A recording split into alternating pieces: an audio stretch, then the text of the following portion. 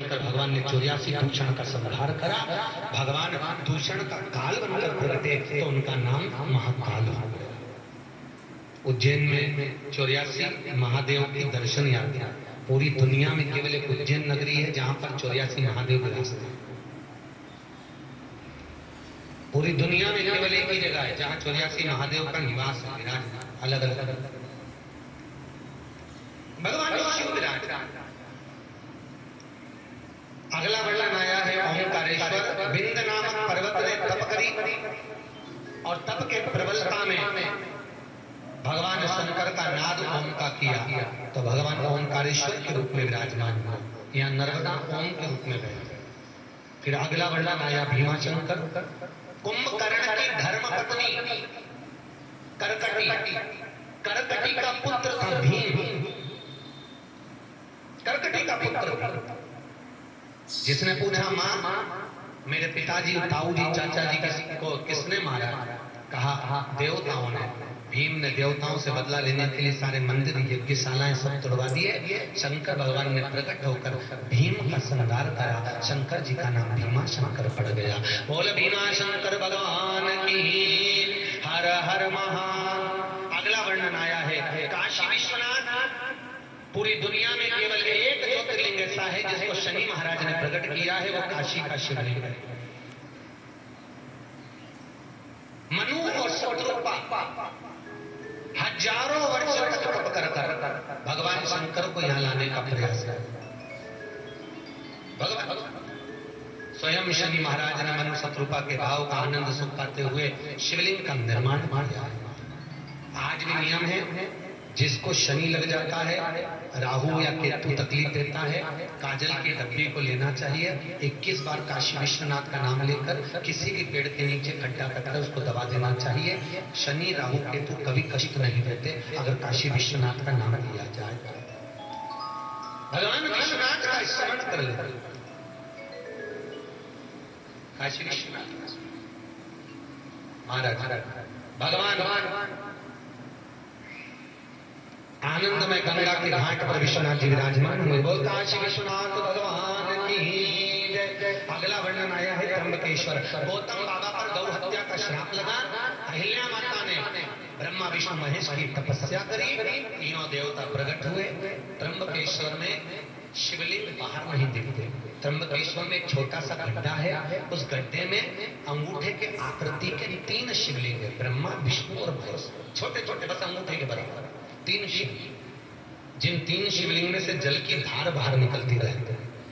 वो जल की धार जो निकली तीनों देवताओं के प्रबल प्रभाव से, उसी में गौतम बाबा ने स्नान करा और गौ हत्या का दोष से मुक्त हुआ।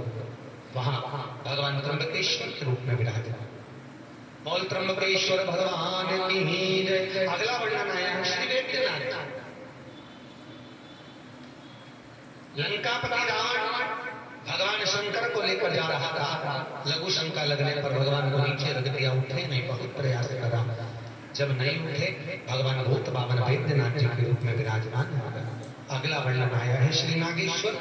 दारुक नाम के राक्षस का संहार करने के लिए भगवान प्रकट हुए और दारुक नाम के राक्षस का संहार किया। यहीं पर भगवान कृष्ण ने संतान की प्राप्ति के लिए तप किया तो भगवान नागेश्वर के रूप में यहाँ पर विराजमान हुए। नागेश्वर जिसके घर में सांप निकलते हो, सांप के बच्चे निकलते हो या सांप प्रकट होते हो तो उसको नागेश्वर ज्योतिर्लिंग का स्मरण करना चाहिए। भगवान नागेश्वर के रूप में विराजमान। अगला वर्णन आया है रामेश्वर। भगवान राम जी महाराज ने आपको कथा में वर्णन किया था, कल कथा में प्रसंग आया था। राम जी महाराज ने लंका पर चढ़ाई करते समय भगवान शंकर को शिवलिंग का पूजन कर उनको निर्मित कर उसका प्रतिष्ठा करी है। भगवान रामेश्वर के रूप में विराजमान। बोल रामेश्वर भगवान की। अगला वर्णन आया है भीष्म महाराज। सुधर्म नाम के ब्राह्मण की 2 धर्म पत्नियां थी, सुदेहा और कुश। क्या नाम है? सुदेहा और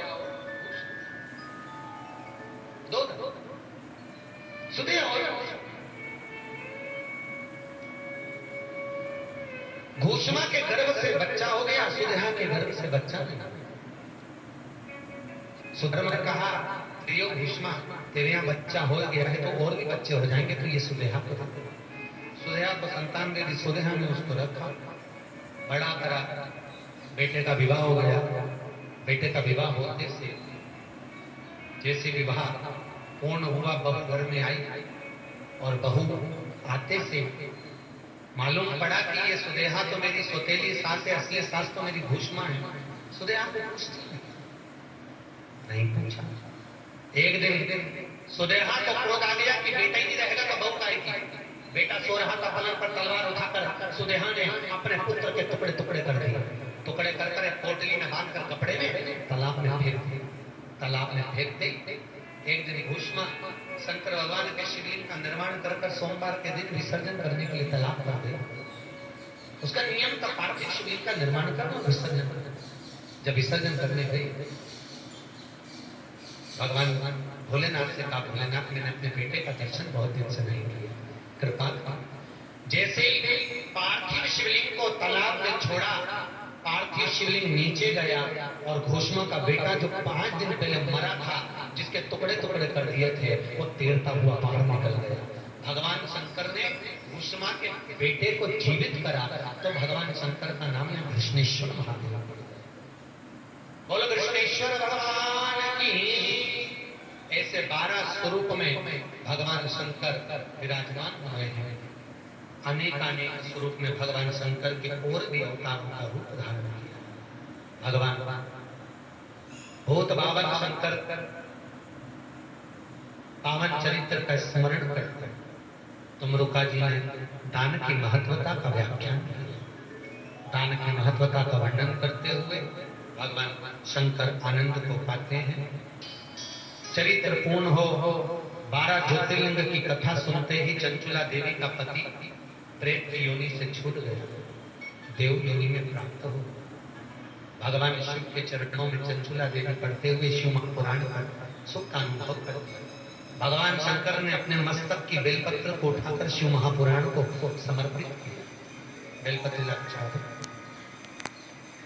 भगवान शिव ने अपने मस्तक की बेलपत्र को उठाकर शिव महापुराण पर समर्पित करा।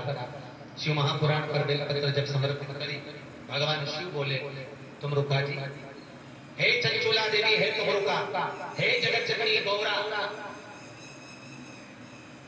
मृत्यु लोक में मुझे पाने का सबसे सहज शरीर उपाय होगा, मुझे शिव महापुराण की कथा। महाराज जगत के कल्याण के लिए, जगत के लिए आनंद देगा,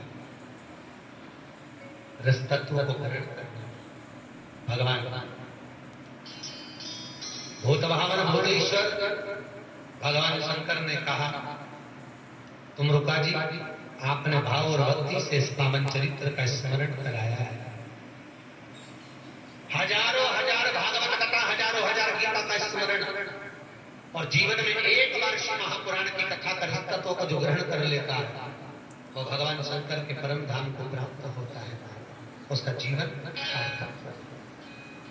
कि भोलेनाथ से निराला यहाँ को शिव जैसा, शंकर जैसा करुणा सागर कोई है। भगवान तुमरुका जी ने शंकर भगवान से विनती करी, भोलेनाथ आप कृपा करिए, क्योंकि शिव महापुराण के यजमान बनकर आप बैठे हैं, करुणा।